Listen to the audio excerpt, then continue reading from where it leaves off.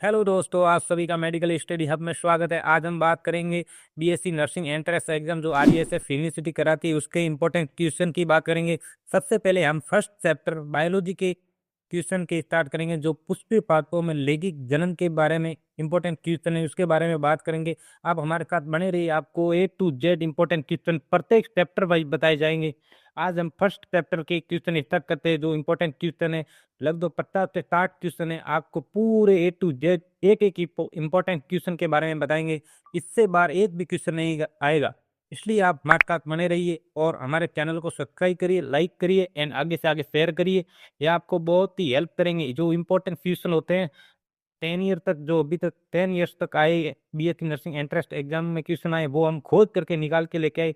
इसलिए आप एक एक क्वेश्चन को बहुत ही गहनता से समझे एंड उसको समझ कर जाए। जो लगभग इसमें से आप 50-60 क्वेश्चन इस चैप्टर में से दो तीन तो आ ही जाएंगे, इसलिए पूरे क्वेश्चन इंपॉर्टेंट तरीके से समझे एंड देखें। और अगर आपको पीडीएफ चाहिए तो हमारे डिस्क्रिप्शन में टेलीग्राम चैनल की लिंक दे रखी है, उसको जाके ज्वाइन करिए और हमें मैसेज करिए, आपको जल्दी ही भेज दिए जाएंगे प्रत्येक चैप्टर के इंपॉर्टेंट क्वेश्चन। और चैनल को सब्सक्राइब करिए, लाइक करिए एंड आगे से आगे शेयर करिए। चलिए, तो फर्स्ट चैप्टर है आपका कुत्ती पादपों में लैंगिक जन। आप सिलेबस देख लेना, यही चैप्टर है और चैप्टर वाइज पर क्वेश्चन पूरे बताएंगे। एक ही क्लास में पूरे जितने भी क्वेश्चन उस चैप्टर के अंदर बनते हैं वही बताएंगे। चलिए, तो स्टार्ट करते हैं। फर्स्ट क्वेश्चन है, हवा के द्वारा पारित होने वाले फूलों को कहते हैं। हवा के द्वारा जो पारित होते फूल उसको क्या कहते हैं? इसका आंसर है बी, वायु पारित। इसका आंसर बी है। और नेक्स्ट क्वेश्चन है, अनुमुथुलम पुष्प निश्चित रूप से होते हैं।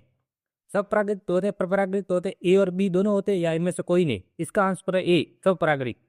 नेक्स्ट क्वेश्चन है, एनाटॉमी फिल्म पुष्पों में परागण का मध्यम होता है। इसका आंसर है बी, कीट। एंड नेक्स्ट क्वेश्चन है, नारियल में तरल एवं गुद्देदार पदार्थ होता है। इसका ए है भ्रूण, बी अंतवित्तीय दाना एंड सी है भ्रूणकोश एंड इनमें से कोई नहीं लास्ट। और इसका आंसर है भ्रूणकोश, भ्रूणपोष। चलिए, तो नेक्स्ट क्वेश्चन की बात करते हैं हम। क्वेश्चन नंबर 5 पे, मनुष्य की प्राथमिक शुक्राणु कोशिकाओं में प्राइमरी स्पर्मेटोसाइट में ऑटोसोम की संख्या होती है? 44 होती है, 43 होती है, 23 होती है, 40 होती है? इसका सही आंसर है ए, 44। नेक्स्ट क्वेश्चन की बात करते हैं, पुष्पीय पौधों में भ्रूण कोश में कितने गुणसूत्र होते हैं? एन होते, 2n होते, 3n होते, 4n है? इसका आंसर है 3n। नेक्स्ट क्वेश्चन की बात करते हैं, युग्मक बनने की क्रिया को क्या कहते हैं? युग्मक बनता है उसकी क्रिया को क्या कहते हैं? और इसका आंसर दे रखा बी, युग्मक जना। युग्मक बनने की क्रिया को युग्मक जना। एंड नेक्स्ट क्वेश्चन है 8 नंबर, हाइड्रोडीला में रंध्र कहाँ पाए जाते हैं?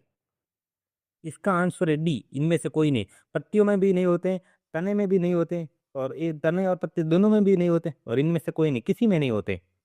चलिए, नेक्स्ट क्वेश्चन, क्वेश्चन नंबर 9 की बात करते हैं। परागकण का बाहरी सोल बना होता है, परागकण का जो बाहरी सोल होता है वो किसका बना हुआ था? इसका आंसर है सी, स्प्रोपोलिन, स्प्रोपोलिन का बना होता है। नेक्स्ट क्वेश्चन की बात करें, अनुमूल्यन परागित फूल होते हैं, अनुमूल्यन परागित फूल कौन से होते हैं? इसका आंसर है सी, सब परागित। नेक्स्ट क्वेश्चन की बात करते हैं, अंड समसूत्र बना होता है। ये सी है इसका आंसर, ए और बी दोनों, अंड कोशिका एंड साइब कोशिका से मिलकर बना होता है।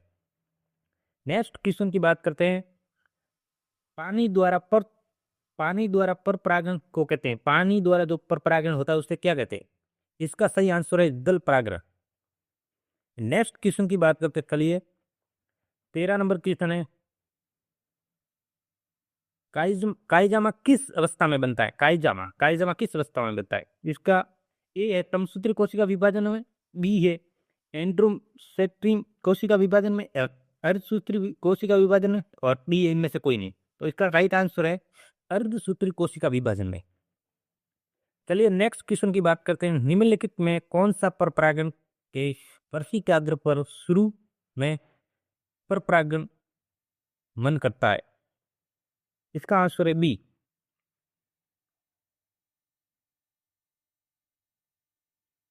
इसका आंसर है बी। चलिए, नेक्स्ट क्वेश्चन की बात करते हैं, पर परागण में मौजूद ऑक्सीजन किसकी वृद्धि में मदद करता है? पर परागण होता है उसमें जो ऑक्सीजन होता है वो किसकी वृद्धि में मदद करता है? और इसका आंसर देख लो आप, ए परागनली एवं अंडाशय में।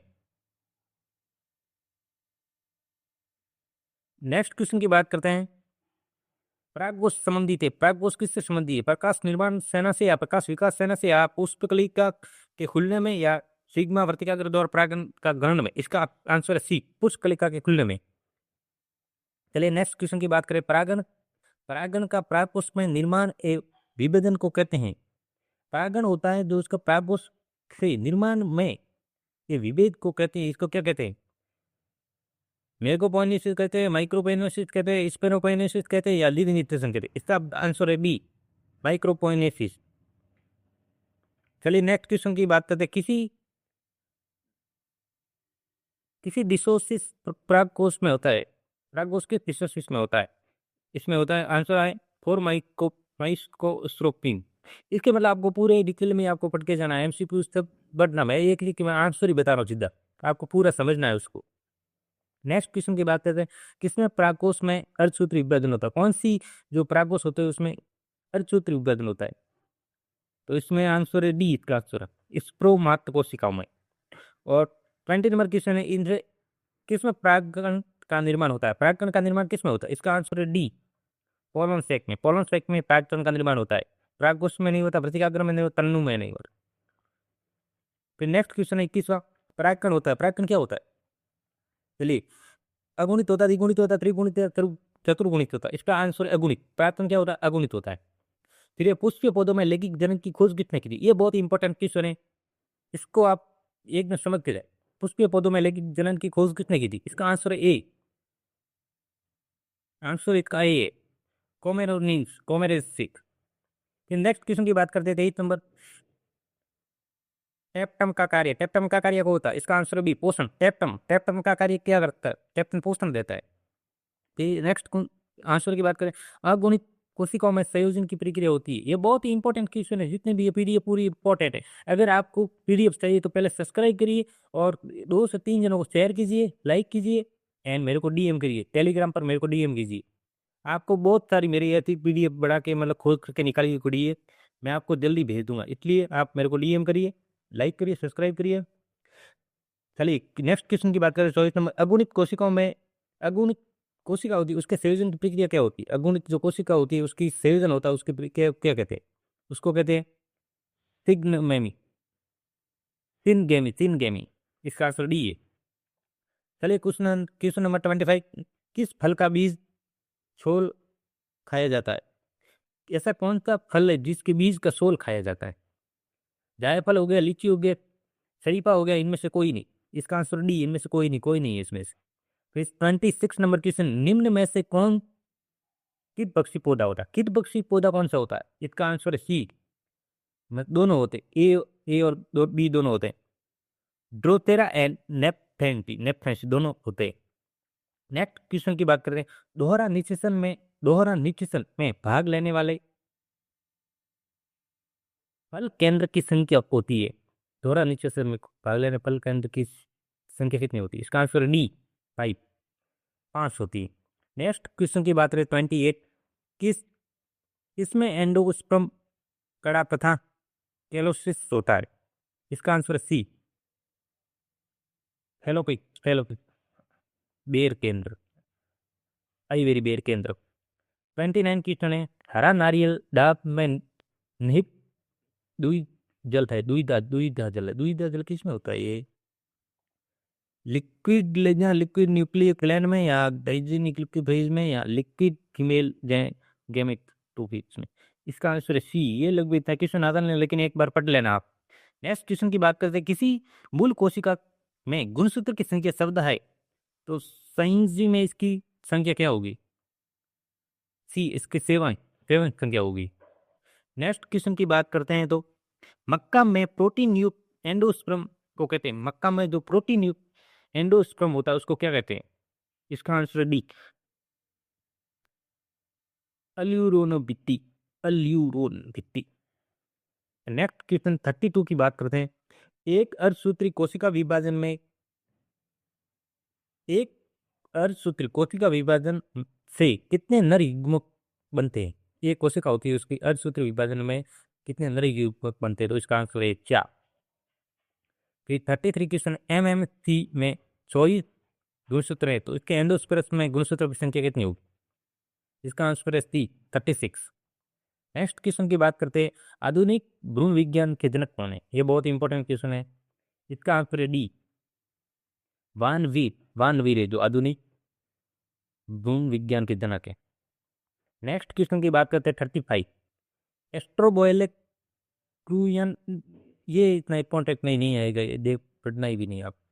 नेक्स्ट क्वेश्चन की बात करें 36, एंडोस्पर्म द्वारा किसे पोषण दिया? एंडोस्पर्म होता है, उसके द्वारा किसको पोषण दिया जाता है? इसका आंसर बी भ्रूण को पोषण दिया जाता है।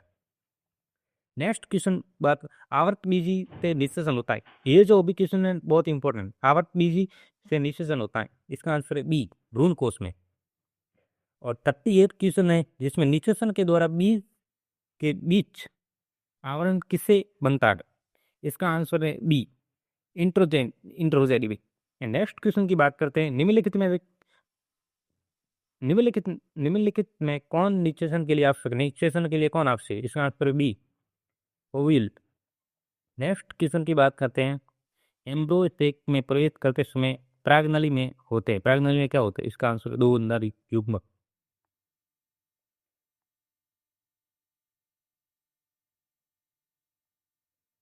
चलिए नेक्स्ट क्वेश्चन की बात करते हैं, बोहरा निषेचन में संयोजन होता है, बोहरा निषेचन में संयोजन किसका होता है?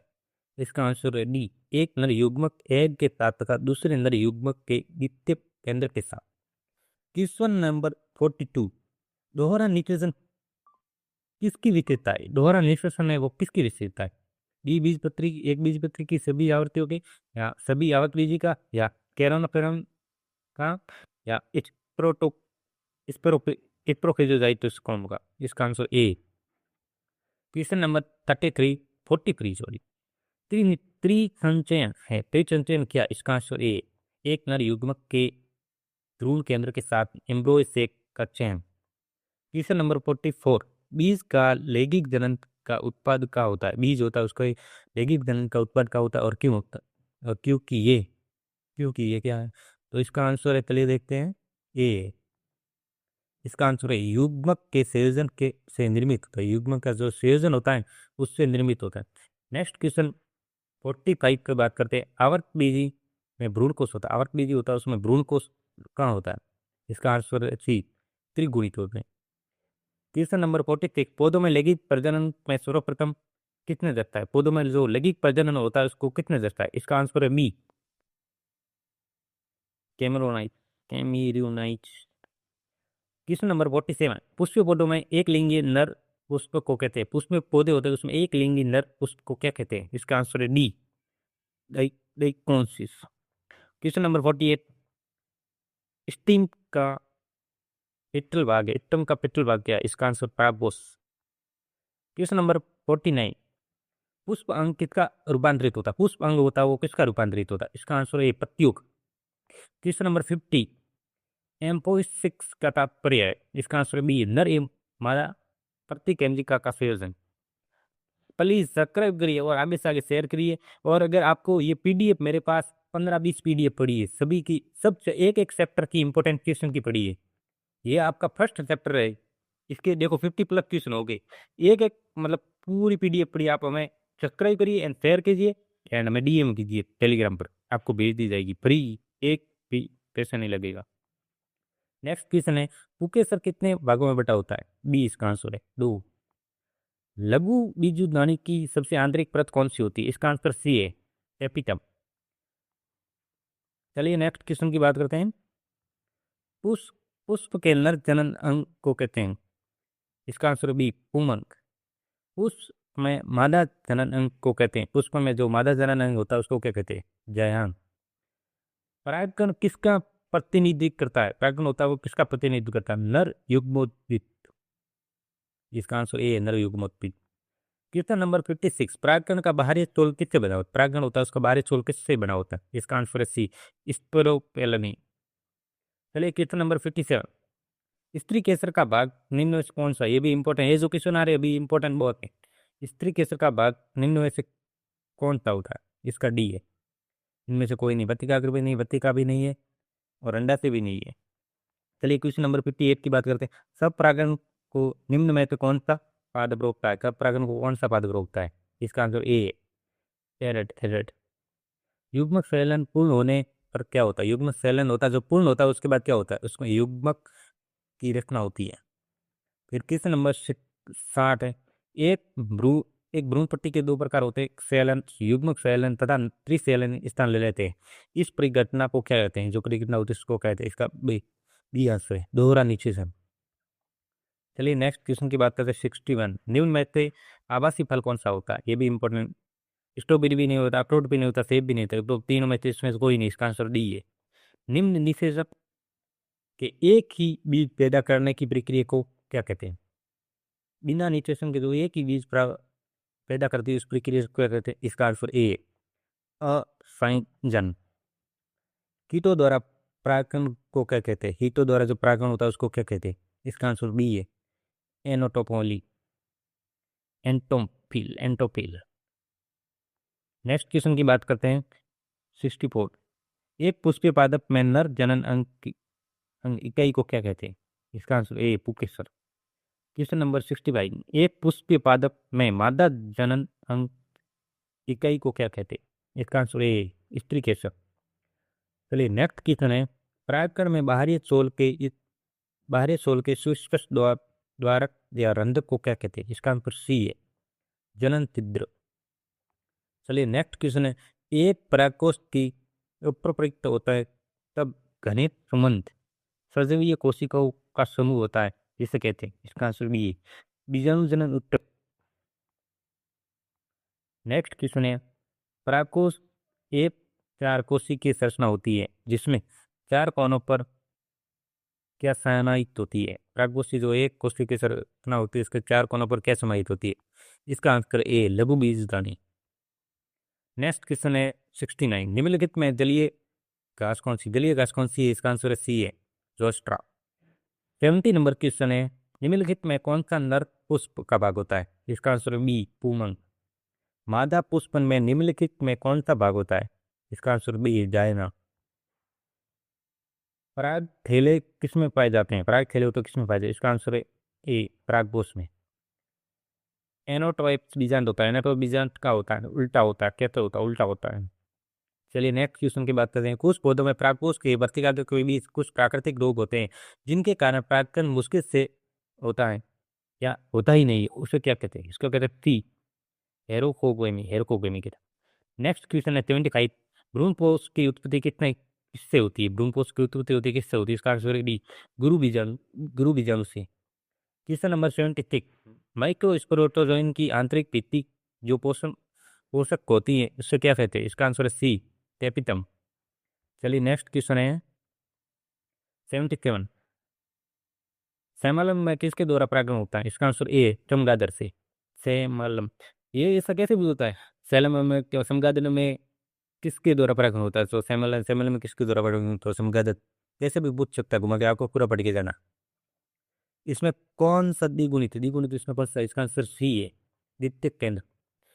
पेरोगेमी, पेरोगेमी में परागनलिका किसके द्वारा भ्रूण होती है, भ्रूण तक पहुंचती है? इसका आंसर सी है, माइक्रोपाइलोगमा।